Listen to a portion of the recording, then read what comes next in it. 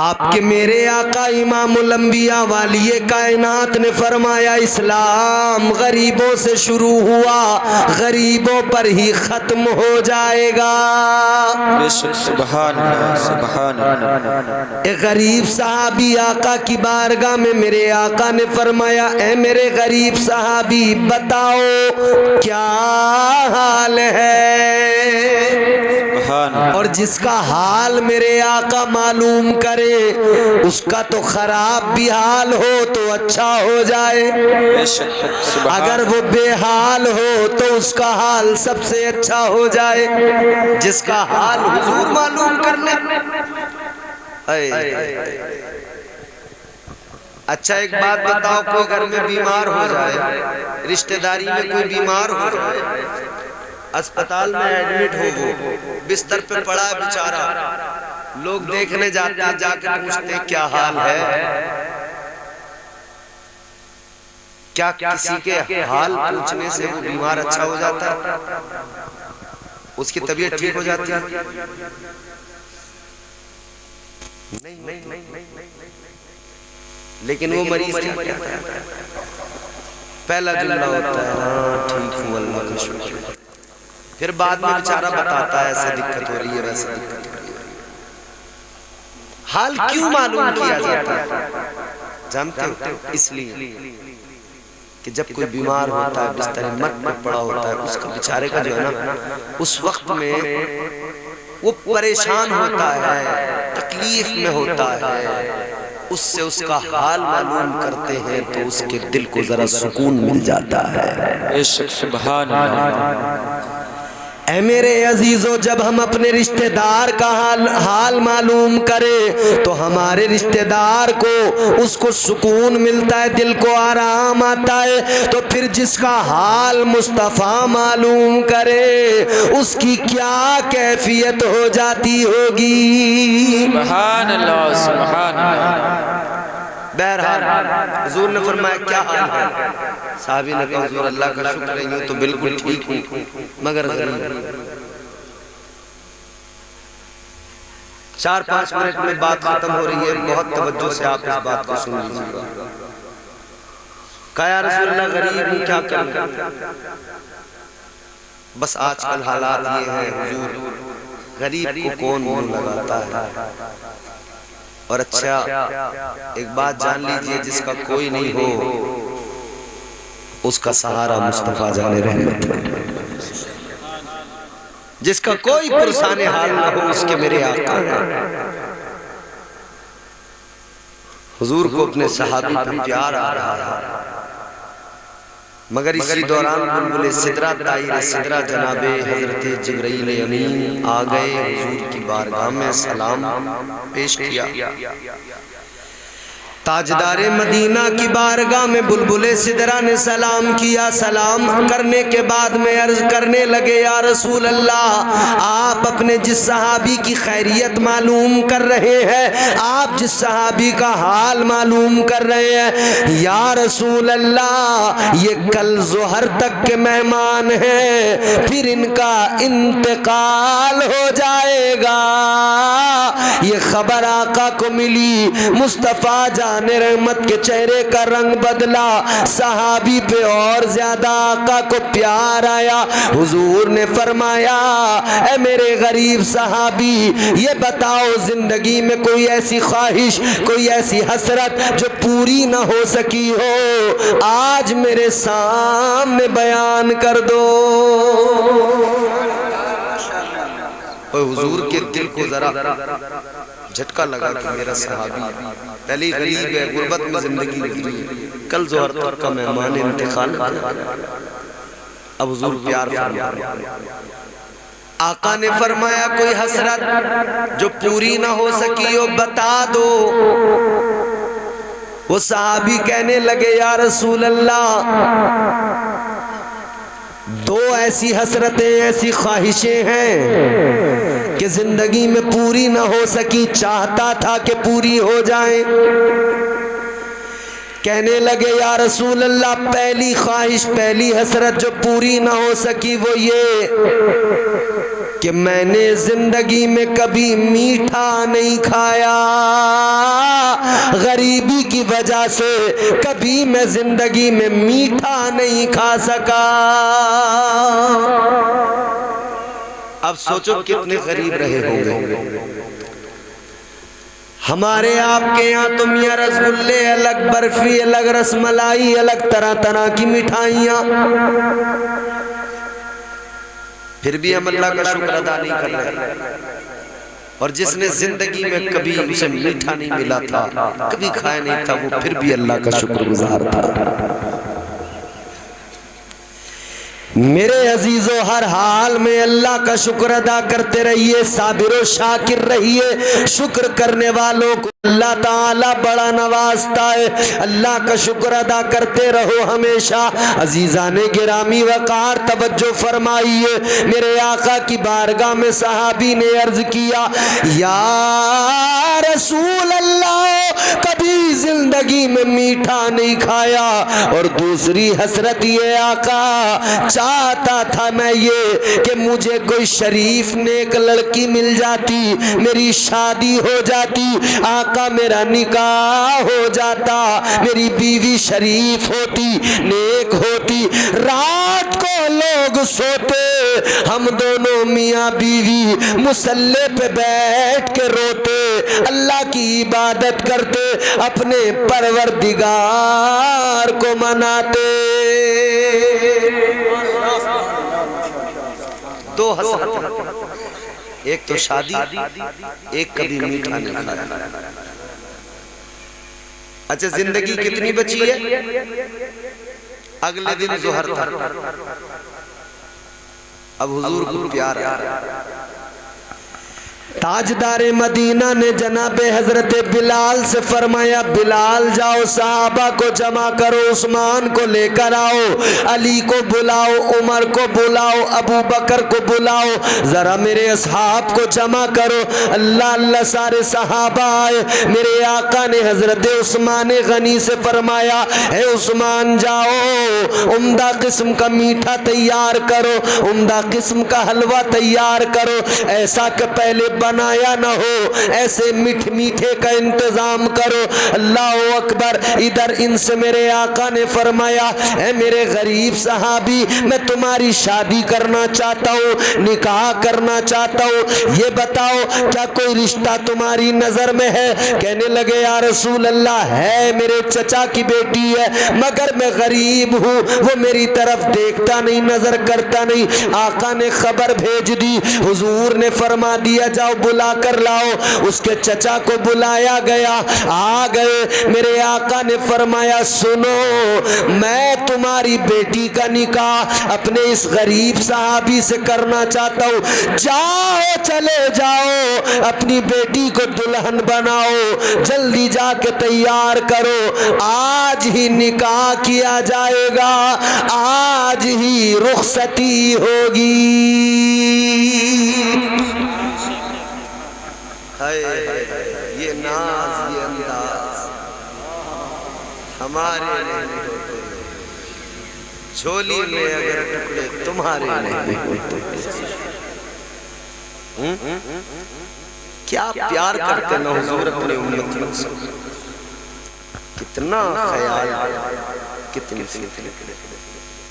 हुजूर दुनिया में भी उम्मती की फिक्र करते, कब्र में भी हुजूर उम्मती की आ जाते हैं, इतनी फिक्र है। और आखिरत में भी उम्मती को हुजूर तन्हा नहीं छोड़ेंगे।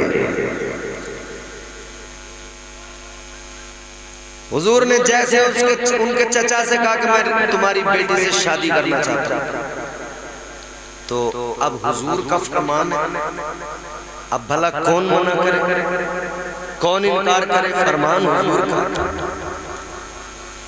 एक जुमला जबान पर नहीं आया लड़की के बाप के, फौरन चले गए।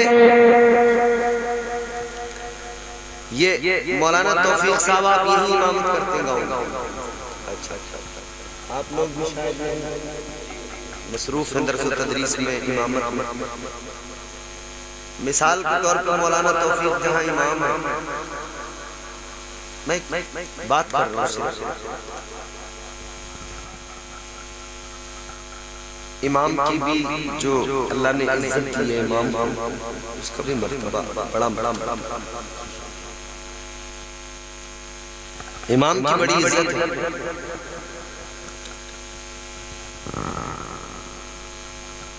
किसी नौजवान से इमाम साहब कहे कि चलो तुम्हारी शादी करवाते हैं, और किसी मुख्तदी से जाकर कहें कि जी आपकी बेटी का रिश्ता इनके साथ कर दो, वो पहले से बातें देख रहे हो, गरीब है, अमीर है, ईमानदार है, क्या है, किस खानदान से है, कौन बिरादरी से है। ये नहीं है कि इमाम ने कह दिया कि चलो जी कर देंगे।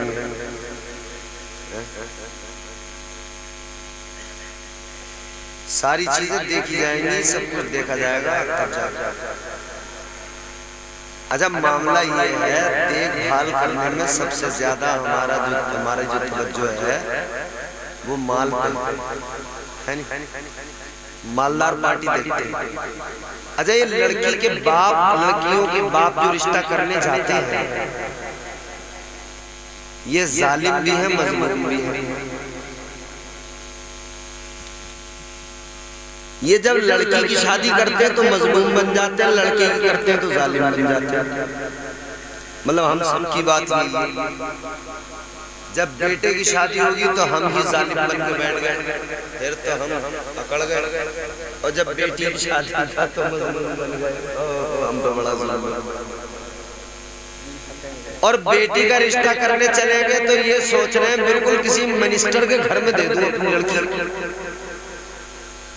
तो बेटे हाथी की टक्कर भी झेलनी पड़ेगी। हाथी अगर खरीद के लाना है तो उसका चारा भी इतना चाहिए, उसे भरना भी पड़ता।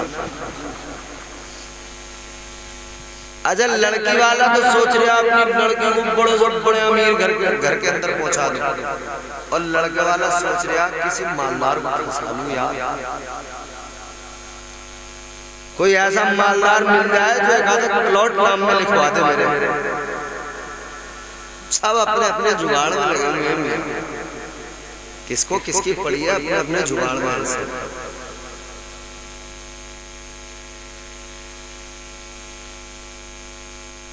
जनता तो मर रही है गरीबी की बाढ़ में, पब्लिक लगी हुई है अपने जुगाड़ में।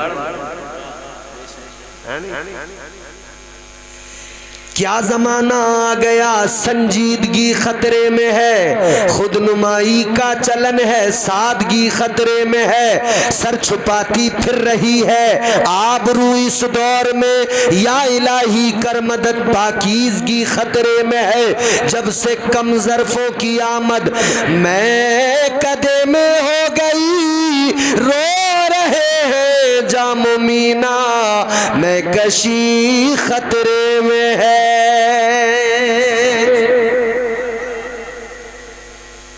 मालदार देखा जाएगा, मालदार देखा जाएगा, दीनदार नहीं देखा जाएगा।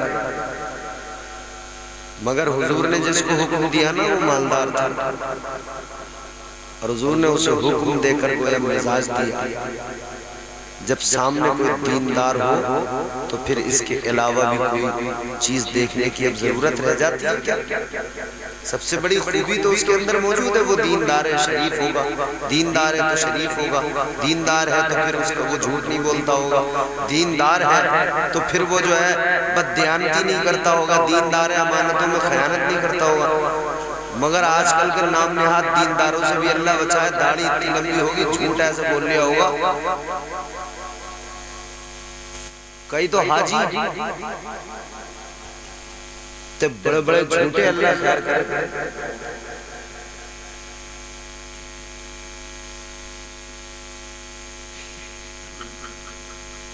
एक हाजी हज को गया था, हज से वापस आया, मैं बोला हाजी साहब और सुनाओ क्या हाल चाल है। मैं लतीफा नहीं, बिल्कुल सच्ची बात है। मुझसे कहने लगा, हाजी बोला इमाम साहब मैं क्या बताऊं, जब यहां से गए हम एयरपोर्ट पहुंच गए, लखनऊ एयरपोर्ट, और बोले जब हवाई जहाज में बैठ गए तो बोले मैंने घड़ी में टाइम देखा, टाइम लगा। बोला इमाम साहब जब जैसे ही हवाई जहाज उड़ा मैंने टाइम घड़ी में लगा लिया, टाइम देखने लगा। कहने लगा इमाम साहब पूरे 13 मिनट में हवाई जहाज हमारे गांव के ऊपर था।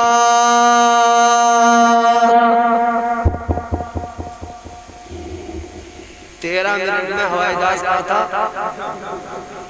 इसके हाजी के गांव के ऊपर था। मैंने कहा हाजी जी तुम्हें पता कैसे चला कि नीचे हमारा गांव? 13 मिनट बाद यार तो हम भी खूब बैठ गए, हमें तो पता नहीं लगता नीचे कौन सा गांव है, कौन सा शहर है, कौन सा कस्बा। हाजी को मगर पता लग गया नीचे अपना गांव। अच्छा चलो यहाँ तक तो फिर भी मैं झेल गया था, बर्दाश्त कर लिया था। इसके बाद जो उसने बात कही ना हाजी ने, मैं घूम गया। मुझसे बोला हाजी, बोले मौलाना जब गांव के ऊपर 13 मिनट में हवाई जहाज आया तो मैंने शीशे में झांक के देखा तो बोले नीचे गांव वाले लोग खड़े थे, यूं टाटा बाय बाय कर रहे थे। मैंने कहा वाह भाई वाह हाजी, तेरी भी आंखों में दूरबीन लगी हुई है, ऊपर से नीचे के सब दिखाई दे रहे हैं। तेरे गांव वाले भी बहुत नंबरी है भाई, उन्हें पता लग रहा है कि ये जो हवाई जहाज जा रहा है अपने गांव का हाजी इसी में बैठा है। तेरे गांव वालों की भी आंखों में दूरबीन थी, तू झांक रहा था और तू उन्हें दिख रहा था, वो टाटा बाय बाय कर रहे थे तुझे नीचे से हेलो हाय। तो मियां हालात ये है यार, ऐसे ऐसे झूठे मत ऐसा खुल के दब के झूठ बोल रहे हैं तबीयत। वो राहत इंदौरी मर गया बेचारा, उसने शेर कहा था झूठों ने झूठों से कहा है सच बोलो। और भैया इस दौर में तो मैं अपने मुल्क में इस वक्त तो झूठ और सच की बात ही करना बेकार है। हमारा तो वैसे बेड़ा गर्क कर दिया, हमारा जो सबसे बड़ा नेता वो इतना बड़ा झूठा है, दुनिया का झूठ कोई रात नहीं बोल गया। तो कौम की बात जनता की। झूठों ने झूठों से कहा है सच बोलो, सरकारी ऐलान हुआ है सच बोलो। घर के अंदर झूठों की एक मंडी है, दरवाजे पर लिखा हुआ है सच बोलो। तो दीनदार हो तो आदमी सही वाला हो, जो झूठ से भी बचता हो, बुराइयों से। दीनदार अगर सही है आदमी तो खुद ऑटोमेटिक इन तमाम चीजों से बच जाएगा। खैर बात जल्दी खत्म करते हैं। हुजूर ने हुक्म दे दिया जी निकाह होगा, वो जल्दी कर गए, उन्होंने तैयारी की। इधर मेरे हुजूर ने किसी को हुक्म दिया तुम चादर लाओ, किसी को फरमाया बर्तन लाओ, सारा इंतजाम कर दिया। एक सहाबी का घर खाली था, आका ने फरमाया क्या तुम अपना घर दे सकते हो? का हुजूर बिल्कुल, आपके हुक्म पर सब कुर्बान। घर का भी इंतजाम हो गया, हलवे का भी इंतजाम हो गया, मीठे का, बर्तन भी आ गए, तमाम सामान आ गए। हुजूर ने निकाह पढ़ा दिया, शादी हो गई। हुजूर ने सहाबा को फरमाया जाओ इन्हें घर में छोड़ के आओ, इन्हें रुखसत करके आओ। पहुंचा दिया घर के अंदर, पहुंच गए घर के अंदर दोनों मियां बीवी। ये दिन गुजरा, शाम गुजरी, रात गुजरी, सुबह हुई। आका ने एक सहाबी को फरमाया जाओ उनके घर के बाहर, जोहर तक तुम्हें रहना, वहीं टहलना है जोहर के वक्त, जोहर के बाद अगर अंदर घर से रोने की आवाज आए तो फौरन मुझे आकर बताना, क्योंकि खबर थी जोहर में इंतकाल होगा। तो जब इंतकाल होगा तो रोने की आवाज जाहिर आएगी। तो हुजूर ने फरमाया तुम बस देखना, अगर रोने की आवाज आती है तो मुझे आकर बताना। वो सहाबी जाकर खड़े हो गए। जोहर का वक्त हो गया, रोने की आवाज नहीं आई। जोहर का वक्त निकल भी गया, रोने की आवाज नहीं आई। असर तक रहे मगर रोने की आवाज नहीं आई। आका की बारगाह में आए, मेरे आका ने फरमाया क्या हुआ? कहने लगे या रसूल अल्लाह कैसा रोना, अंदर तो खुशियां ही खुशियां हैं, वहां रोने की आवाज नहीं बल्कि अंदर का माहौल खुशगवार है। या रसूल अल्लाह अंदर तो खुशियां ही खुशियां हैं। मेरे आका इमामुल अंबिया हैरान, इसका तो इंतकाल होने वाला था, आखिर अब तक इंतकाल क्यों नहीं हुआ? खबर देने वाला कोई और तो नहीं था, बुलबुले सिदरा फरिश्तों के सरदार थे। खबर तो सच्ची है, झूठ तो नहीं हो सकती है, क्योंकि बुलबुले सिदरा लोहे महफूज देख कर आए हैं, तकदीर देख कर आए हैं। खबर तो सच्ची है, मर जाना चाहिए था, क्यों नहीं मरा? आका ने अल्लाह की बारगाह में अर्ज किया, ऐ मेरे परवरदिगार, ऐ खालिक़े कायनात, माजरा क्या है? ऐ मेरे मौला, ये क्या माजरा है? बुलबुले सिदरा ने खबर दी थी इंतकाल हो जाएगा, लेकिन अभी तक तो नहीं हुआ। अल्लाह ताला ने फरमाया, ऐ मेरे महबूब, बात सही है, खबर सच्ची थी, तकदीर में यही था कि इनकी मौत आने वाली थी। तकदीर तो यही थी।